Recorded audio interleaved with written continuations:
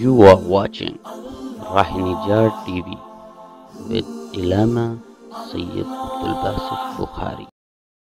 اعوذ باللہ من الشیطان الرجیم بسم اللہ الرحمن الرحیم صلو علی الحبیب اللہم صلی علی سیدنا و مولانا محمد مبارک وسلم صلی علیہ۔ میرے ساتھ مل کے پڑھیے بسم اللہ الرحمن الرحیم۔ الذین یاکلون الربا لا یقومون الا کما یقوم الذی یتخبطہ الشیطان من المس ذالک بأنہم قالوا انما البیع مثل الربا وأحل اللہ البیع وحرم الربا فمن جاءہ موعظۃ من ربہ فانتہى فلہ ما سلف وامرہ الی اللہ ومن عاد فاولئک اصحاب النار ہم فیہا خالدون۔ صدق اللہ العظیم۔ دو آیات اور سماعت فرمائیں۔ یمحق اللہ الربا ویربی الصدقات واللہ لا یحب کل کفار اثیم۔ ان الذین آمنوا وعملوا الصالحات واقاموا الصلاة وآتوا الزکاة لهم اجرهم عند ربهم ولا خوف علیہم ولا هم یحزنون۔ صدق اللہ مولانا العظیم۔ ترجمہ سماعت فرمائیے۔ لاریب کلام میں رب ذوالجلال ارشاد فرما رہے ہیں کہ جو لوگ سود کھاتے ہیں وہ قیامت کے دن صرف اس شخص کی طرح کھڑے ہوں گے جس کو شیطان نے چھو کر مخبوط الحواس کر دیا ہے۔ اس کی وجہ یہ ہے کہ انہوں نے کہا تھا کہ بیع سود ہی کی مثل ہے۔ اللہ نے بیع کو حلال کیا ہے اور سود کو حرام کیا ہے۔ سو جس شخص کے پاس اس کے رب کی طرف سے نصیحت آ گئی پس وہ سود سے باز آ گیا تو وہ جو کچھ پہلے لے چکا ہے وہ اس کا ہو گیا، اس کا معاملہ اللہ کے حوالے ہے، اور جس نے دوبارہ اس کا اعادہ کیا تو وہی لوگ دوزخی ہیں، وہ اس میں ہمیشہ رہیں گے۔ اللہ تعالیٰ سود کو مٹاتا ہے، صدقات کو بڑھاتا ہے، اور اللہ کسی ناشکرے گناہ گار کو پسند نہیں کرتا۔ بے شک جو لوگ ایمان لائے، نیک اعمال کیے، نماز قائم رکھی، زکوٰۃ بھی دی، ان کے لیے ان کا اجر ان کے رب کے پاس ہے، اور ان پر نہ کوئی خوف ہے نہ وہ غمگین ہوں گے۔ ان آیات میں سود کے حوالے سے قرآن حکیم نے واضح طور پر بیان کیا ہے۔ سود، ربا کو سود کہا جاتا ہے۔ بار بار یہ لفظ آیت میں ربا کا استعمال ہوا ہے۔ ربا کا مطلب ہے زیادتی، سود۔ فرمایا کہ قیامت کے دن جن لوگوں نے سود کھایا ہوا ہوگا وہ ایسے ہوں گے جیسے مخبوط الحواس ایک پاگل شخص ہوتا ہے۔ یہ شیطان اسے چھو کر گزر جائے اور وہ شیطانی رستے پر گامزن رہتا ہے۔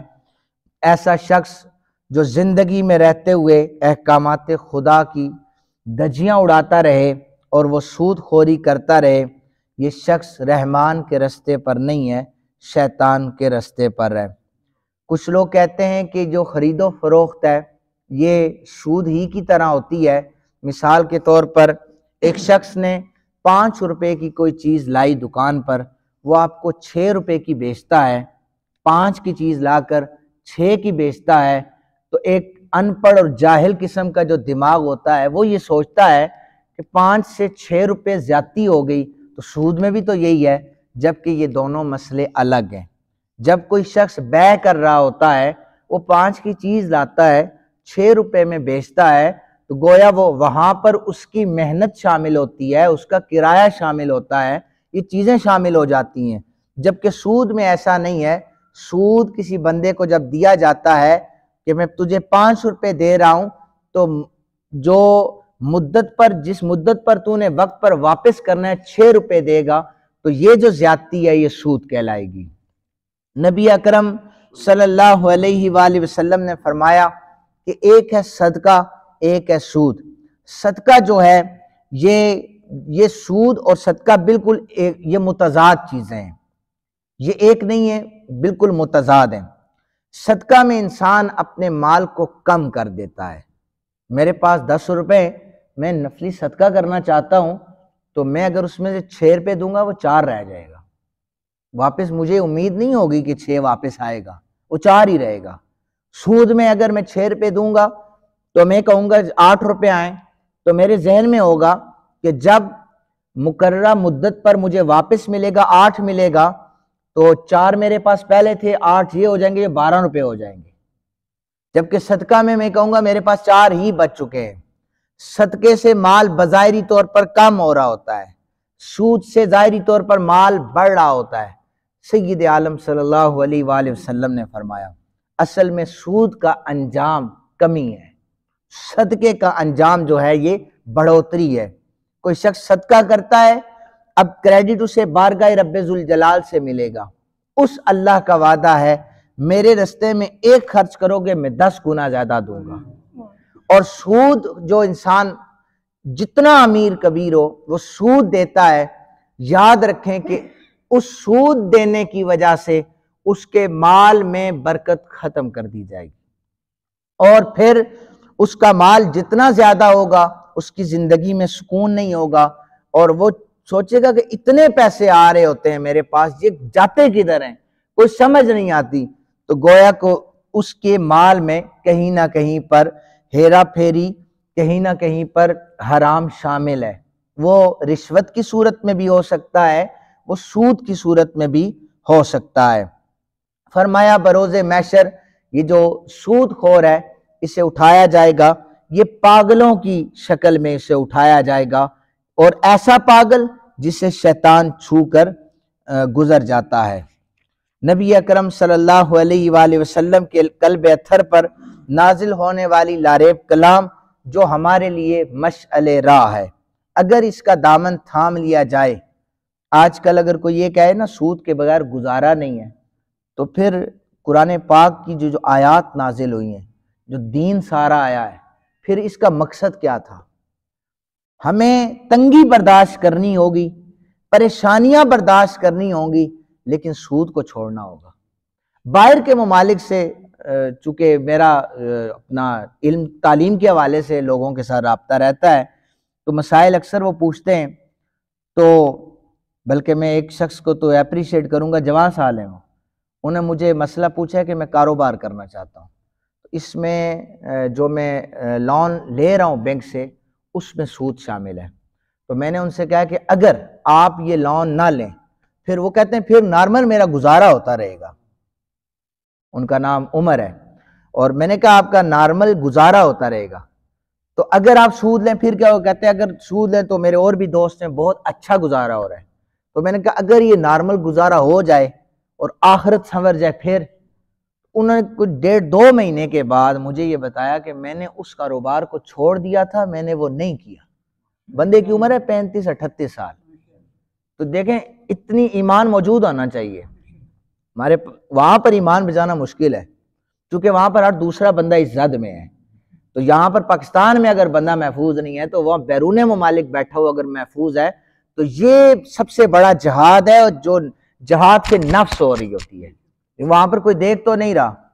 تو سود خوری ایسی لعنت ہے کہ وقتی آپ کو فائدہ دے گا یا لوگوں کے سامنے آپ کو فائدہ دے گا۔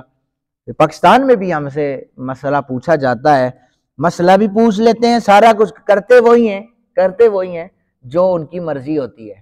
پھر ایک اور ہمارے انتہائی قریبی دوست ہیں کہ انہیں جب یہ مسئلے کا پتہ چلا، ان کا کریانہ سٹور تھا باہر، تو جہاں پہ باہر بیرون ممالک جو لوگ جاتے رہتے ہیں انہیں پتہ ہے کریانہ جتنے بھی سٹور ہے وہاں پر شراب تو بکتی ہے کریانہ سٹور پر، انہیں پتہ چلا ہے کہ شراب لانے والا، بیچنے والا، بنانے والا یہ سارے ہی اس کام میں شامل ہوتے ہیں، تو یہ حرام ہو جاتا ہے۔ ان کی 4 دکانیں تھیں، چاروں کی چاروں اسی طرح ہی دے دی ہیں، کوئی 1-2 قسطیں انہیں ملی ہیں، انہوں نے وہ پیسہ بھی اٹھا کر مدرسے کسی میں دے دیا ہے کہ یہ میں اپنے کام میں نہیں لا سکتا، ٹھیک ہے۔ تو ایمان موجود ہے لوگوں کے اندر، اب دیکھیں کہ کون رحمانی رستے پر چلتا ہے، اور یہ آسان جملہ ہے کہ دیکھا جائے گا، ابھی قیامت بہت دور ہے، دیکھا نہیں جائے گا۔ اس وقت ان کی چیخو پکار جو ہوگی نا، وہ دوزخی بھی تنگ ہو رہے ہوں گے کہ یہ کس قسم کی چیخو پکار ہے، انہوں نے کس قسم کا گناہ کیا ہے۔ تو سود خوری ایسی لعنت ہے جس کا گناہ میں اکثر بیان کرتا ہوں، سب سے کم ترین جو گناہ ہے وہ اپنی ماں کے ساتھ 36 دفعہ زنا کرنے کے برابر ہے۔ اگر اس گناہ کو سامنے رکھنے کے بعد سود سے برات کا اعلان کر دیں کہ ہم نے اس طرف جانا نہیں ہے، چاہے ہمارے بچے بھوکے مر جائیں، چاہے ہمیں کسی قسم کا کوئی فائدہ نہ ہو، ہمیں راتوں کو نیند نہ آئے، ہمیں 12 گھنٹے کے بجائے 15 گھنٹے مزدوری کرنی پڑے، ہمیں یہ مشقت برداشت ہے، ہمیں یہ گناہ برداشت نہیں ہے۔ لیکن یہ ہم سب کو سوچنا ہوگا، پھر اس پر عمل کرنا ہوگا، صرف زبان سے کہنے سے کچھ نہیں ہوتا، ہمیں عمل کرنا چاہیے۔ اللہ تعالیٰ سے دعا ہے اللہ تعالیٰ ہم سب کو باعمل انسان بنائے۔ وما